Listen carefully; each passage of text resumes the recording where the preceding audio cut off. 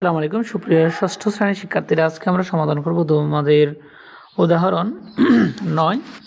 তো এখানে বলা হচ্ছে, দেখো যে কোন ক্ষুদ্রতম সংখ্যার সাথে 5 যোগ করলে যোগফল 16, 24 এবং 32 দিয়ে নিঃশেষে বিভাজ্য হবে। যেহেতু এখানে বলছে কোন ক্ষুদ্রতম সংখ্যা সাথে 5 যোগ করলে যোগফল 16, 24 এবং 32 দিয়ে নিঃশেষে বিভাজ্য হবে, তাহলে একটা কথা মনে রাখবো, যখন বলবে যে কোন ক্ষুদ্রতম সংখ্যা দিয়ে, তাহলে অবশ্যই তোমাকে লসাগু নির্ণয় করতে হবে। আরটা বলছে যে 5 যোগ করলে যোগফলটা 16, 24 এবং 32 দিয়ে নিঃশেষে বিভাজ্য হবে। তাহলে যেহেতু 5 যোগ করলে যোগফল নিঃশেষে বিভাজ্য হবে, তাহলে এই সংখ্যাগুলো লসাগু থেকে তাহলে আমাদের কি করতে হবে, যোগ করার কথা বললে আমরা বিয়োগ করে দেব। ঠিক আছে, তাহলে এখানে দেখো যে আমাদের নির্ণয় ক্ষুদ্রতম সংখ্যাটি হবে 16, 24 এবং 32-এর লসাগু থেকে 5 কম। তাই আমরা প্রথমে কি করব, এটা লসাগু নির্ণয় করব। যেহেতু আমাদের লসাগু নির্ণয় করতে হবে, লসাগু নির্ণয়ের সবচেয়ে সহজ উপায় হচ্ছে ইউক্লিডীয় পদ্ধতিতে লসাগু। তো আমরা কি করব, প্রথমে যেহেতু প্রত্যেকটা সংখ্যায় জোড়, এখানে কিন্তু প্রত্যেকটা সংখ্যাই জোড়, এই জন্য জোড় থাকলে আমরা কি করব, প্রথমে 2 দ্বারা ভাগ করব। তো 2 দ্বারা যদি আমরা এই 16কে ভাগ করি, তাহলে আমাদের কত হয়, 8 হয়। আবার যদি এই 2 দ্বারা 24কে ভাগ করি, তাহলে কত হয়, 12 হয়। আবার 2 দ্বারা যদি 32কে ভাগ করি, তাহলে 16 হয়। আবার কি করব, যেহেতু এখানে প্রত্যেকটা সংখ্যা আবার জোড়, তাহলে আমরা কি করব, আবার 2 দ্বারা ভাগ করব। যতবার পর্যন্ত 2 দ্বারা ভাগ করা যায়, ততবারে আমাদের 2 দ্বারা ভাগ করতে হবে। তো 2 দ্বারা যদি 8কে ভাগ করি, 4 হয়। আবার 2 দ্বারা যদি 12কে ভাগ করি, তাহলে 6 হয়। আবার 2 দ্বারা যদি 16কে ভাগ করি, 8 হয়। তো এইখানেও কিন্তু প্রত্যেকটা সংখ্যা জোড়, তাহলে আবার কী করতে হবে, 2 দ্বারাই ভাগ করতে হবে। এখানে যদি 2 দ্বারা 4কে ভাগ করি, কত হয়, 2 হয়। 2 দ্বারা 6কে ভাগ করলে 3 হয়। 2 দ্বারা 8কে ভাগ করলে কত হয়, 4 হয়। আবার কি করতে হবে, দেখো 2 দ্বারা কিন্তু 2টা সংখ্যাকে ভাগ যায়, এখানে 2কেও ভাগ করা যায়, 4কেও ভাগ করা যায়। অন্তত 2টা সংখ্যাকেও যদি ভাগ করা যায়, তারপরেও 2 দ্বারা আমরা ভাগ দিব। তো 2 দিয়ে যদি এই 2কে ভাগ করি, তাহলে আমাদের 1 হয়। আবার এই 2 দিয়ে কিন্তু 3কে ভাগ করা যায় না, যদি ভাগ করা না যায়, এই সংখ্যাটা সরাসরি নিচে নেমে যাবে। ঠিক আছে, এরপরে 2 দ্বারা আমরা কি করব, এই 4কে ভাগ করব। 4কে ভাগ করলে আমাদের কত হয়, 2 হয়। এখন আমরা কি করব, এই যে দেখো এখানে টোটাল 2 কয়টা, 1টা, 2টা, 3টা, 4টা, 5টা 2। ঠিক আছে, এই সবগুলা 2 আমরা কি করব, এই যে 1টা, 2টা, 3টা, 4টা, 5টা 2 আমরা গুণাকারে লিখব। আবার এখানে কত আছে দেখছো, 3। এই যে আমরা 3 লিখলাম, 1 লেখার প্রয়োজন নাই। তো এই সবগুলো সংখ্যা যদি আমরা একসাথে গুণ করি, তাহলে কত হয়, 96 হয়। তাহলে যেহেতু সংখ্যাটা, এই যে দেখো আমাদের এই 96কে কিন্তু 16, 24 এবং 32 দ্বারা ভাগ করা যায়। যেহেতু 5 যোগ করতে হবে, এখানে যোগ করার কথা বলছে, তাহলে এখান থেকে আমাকে কি করতে হবে, যে দেখো 96 থেকে 5 অবশ্যই বিয়োগ করতে হবে। যদি যোগ করার কথা বলে লসাগুর ক্ষেত্রে, অবশ্যই তোমাকে কি করতে হবে, ওই সংখ্যাটা বিয়োগ করে দিতে হবে। এটা হচ্ছে তোমাদের 9 নংয়ের সমাধান।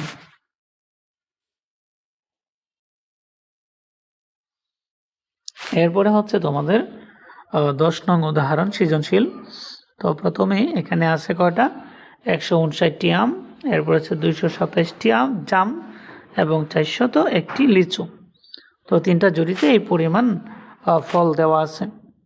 তো প্রথমটা যেটা বলছে, সেটা হচ্ছে যে 159 এর গুণনীয়কগুলো নির্ণয় করে মৌলিক গুণনীয়কগুলো আলাদা করো। তাহলে দেখো এইখানে তোমার যেটা বের করতে হবে, প্রথমে 159-এর গুণনীয়কগুলো বের করতে হবে। তা আমরা জানি গুণনীয়ক বের করার জন্য আমরা কি করব, আমরা জানি যে কোনো সংখ্যা, যে কোনো সংখ্যাকে কিন্তু 1 দ্বারা ভাগ করা যায়। ঠিক আছে, তাহলে 1 হচ্ছে আমার 159-এর একটা গুণনীয়ক। এরপরে দেখো, যেহেতু এটা বেজোড় সংখ্যা, এটাকে 2 দ্বারা ভাগ করা যাবে না। তাহলে আমরা কি করব, 159কে আমরা কি করব, 3 দ্বারা ভাগ করব। তাহলে কত হয়, 3 পাঁচা 15, এরপরে হচ্ছে 3 তিরিখা 9। তাহলে দেখো 53 দ্বারা ভাগ করা যায় এবং 3 দ্বারাও ভাগ করা যায়। ঠিক আছে, তো এইখানে আমরা যার একটা সংখ্যা পাইলাম, সেটা হচ্ছে কত, আমরা 1 পাইলাম এবং 3 পাইলাম। এরপরে কিন্তু 4, 5 কোনো সংখ্যা দ্বারা ভাগ করা যায় না, 53 দ্বারা ভাগ করা যায় এবং 159 দ্বারা ভাগ করা যায়। তাহলে এখানে দেখো যে সবগুলোর মধ্যে আমাদের মৌলিক গুণনীয়ক বের করতে হবে। তাহলে শুধু এই 159কে ভাগ করা যায় 1 দ্বারা, 3 দ্বারা, 53 দ্বারা এবং 159 দ্বারা। তাহলে এই 4টা সংখ্যার মধ্যে মৌলিক সংখ্যা কোনগুলো সেগুলো আমাকে বের করতে হবে।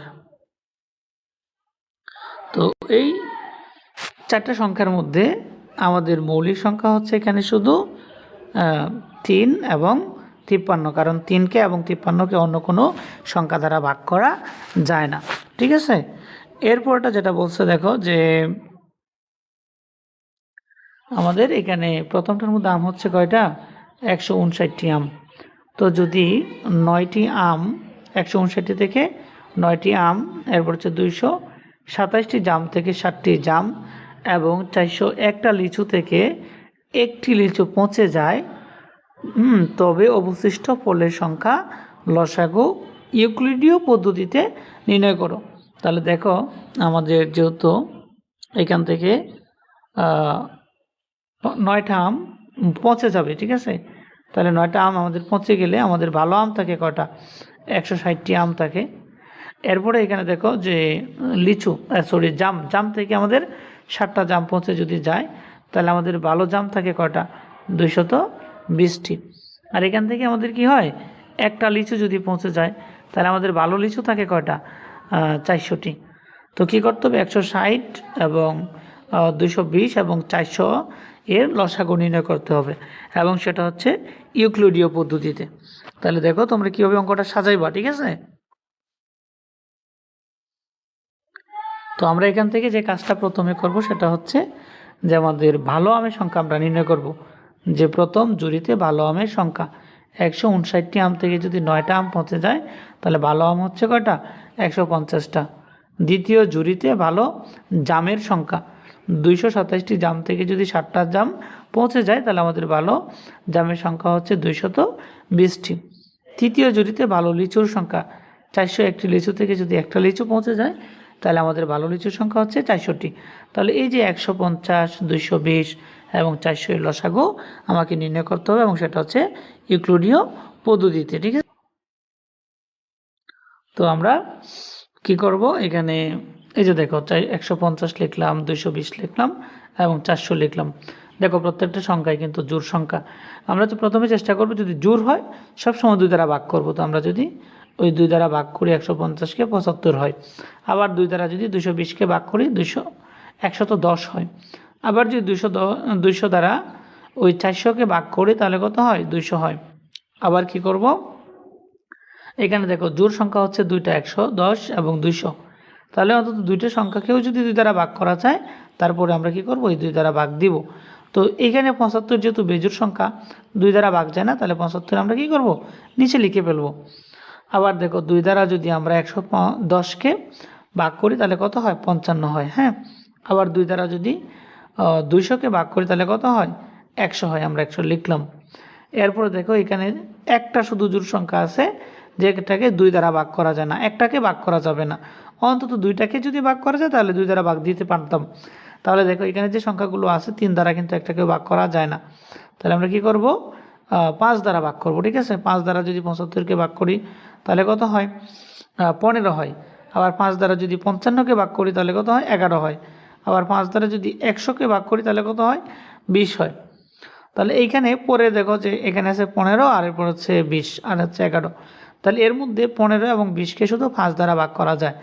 হ্যাঁ, তাহলে আমরা কি করব, ওই 5 দ্বারা ভাগ দিব। 15কে ভাগ করলে কত হয়, 3 হয়। আবার 5 দ্বারা যদি 11কে ভাগ করি তাহলে ভাগ যায় না, তাহলে 11 আমরা সরাসরি নিচে লিখব। এরপরে এই 5 দ্বারা আমরা কি করব, আবার 20কে ভাগ করব। 20কে ভাগ করলে কত হয়, 4 হয়। এখন দেখো এই যে 3 আছে, এরপরে 11 আছে, এরপরে 4 আছে। তো এই 3টা সংখ্যাকেই কিন্তু কোনো সংখ্যা দ্বারা, অর্থাৎ একটা সংখ্যা দিয়ে এখান থেকে অন্তত 2টাকে ভাগ করা যাবে না। ঠিক আছে, তাহলে আমরা এখন কি করব, এরপরে কাজ হচ্ছে দেখো এখানে 2 হচ্ছে 2টা, এই যে আমরা গুণাকারে 2টা 2 এখানে লিখলাম। এরপরে দেখো 5 হচ্ছে কয়টা, 2টা, এই যে 5 আমরা এখানে গুণাকারে লিখলাম। এরপরে এই যে 3, এরপরে এই যে লিখলাম আমরা 3। এরপরে হচ্ছে কত, 4, এই যে আমরা 4 লিখলাম। এরপরে হচ্ছে কত, 11, এই যে 11। তো আমরা যদি প্রত্যেকটা সংখ্যা কী করি গুণ করি